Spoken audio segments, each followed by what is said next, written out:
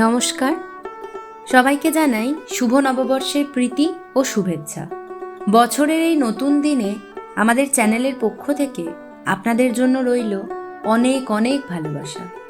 নতুন বছর সবার জীবনে নিয়ে আসুক সুখ আর সমৃদ্ধি। নতুন শুরুর এই দিনে আমি আপনাদের জন্য নিয়ে এসেছি একটি অসমাপ্ত গল্পের শেষ ভাগ। প্রথম পর্বে আমরা দেখেছি সেই সহজ সরল মেয়ে খেন্তিকে, যার পৃথিবীটা ছিল তার বাড়ির উঠোনের ওই ছোট্ট পুঁইমাচা আর এক মুঠো চচ্চড়িকে ঘিরে। কিন্তু বিয়ের পর পালকিতে চড়ে সে পাড়ি জমিয়েছিল এক অজানা গন্তব্যে। খেন্তির সেই ডাগর চোখ দুটো কি পেরেছিল নতুন জীবনে তার মনের মতো ঠাঁই খুঁজে নিতে, নাকি সেই পুঁইমাচাটি আজও কেঁদে মরছে তার প্রিয় সখীর জন্য? আজ নববর্ষের বিশেষ আয়োজনে শুনুন বিভূতিভূষণ বন্দ্যোপাধ্যায়ের কালজয়ী গল্প পুঁইমাচার দ্বিতীয় তথা শেষ পর্ব। আপনাদের সাথে রয়েছি আমি কস্তুরী।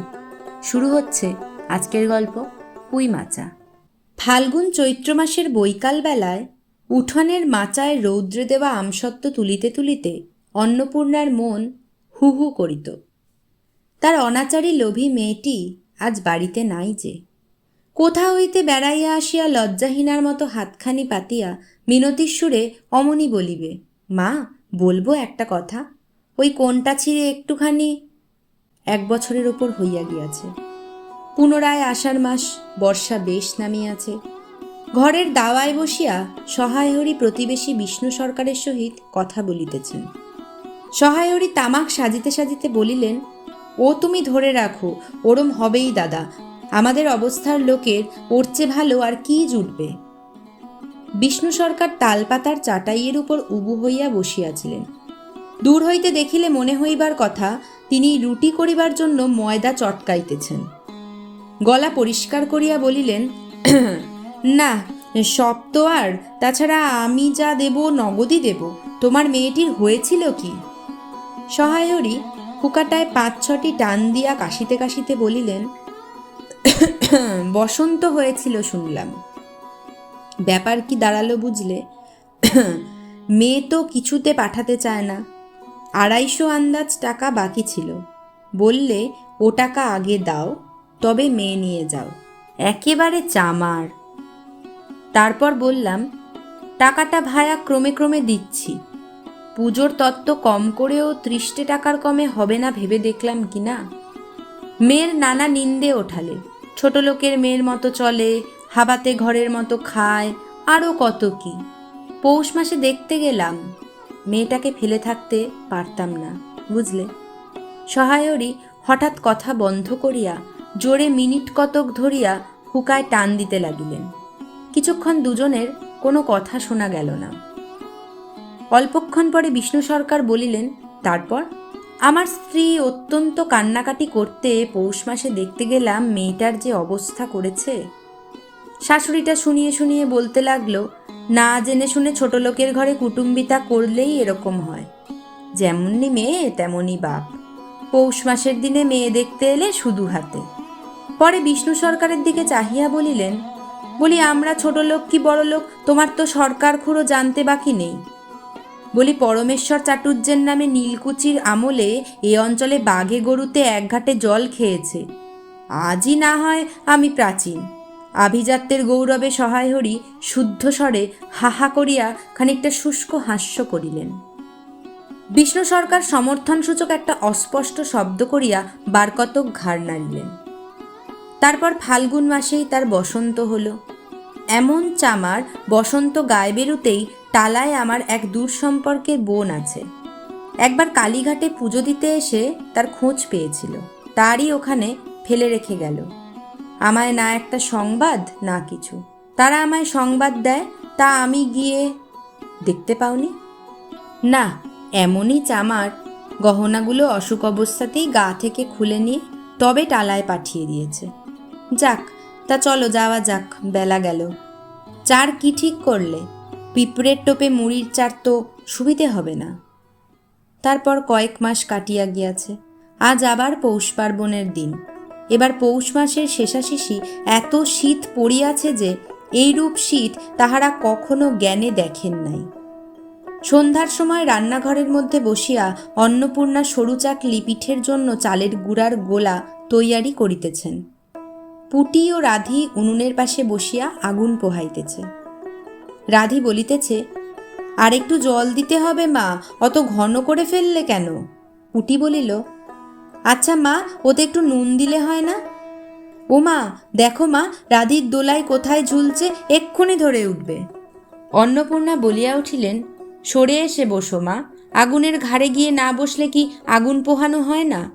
এইদিকে আয়, গোলা তৈয়ারি হইয়া গেল। খোলা আগুনে চড়াইয়া অন্নপূর্ণা গোলা ঢালিয়া মুচি দিয়া চাপিয়া ধরিলেন। দেখিতে দেখিতে মিঠে আঁচে পিঠে টোপরের মতো ফুলিয়া উঠিল। পুটি বলিল, মা দাও, প্রথম পিঠেখানা কানাচে সারা ষষ্ঠীকে ফেলে দিয়ে আসি।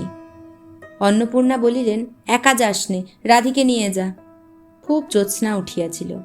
বাড়ির পিছনে সারা গাছের ঝোপের মাথায় তেলাকুচা লতার থলো থলো সাদা ফুলের মধ্যে জ্যোৎস্না আটকিয়া রহিয়াছে। পুটি ও রাধি খিড়কি দোর খুলিতেই একটা শিয়াল শুকনো পাতায় খসখস করিতে করিতে ঘন ঝোপের মধ্যে ছুটিয়া পলাইল। পুটি পিঠেখানা জোর করিয়া ছুড়িয়া ঝোপের মাথায় ফেলিয়া দিল।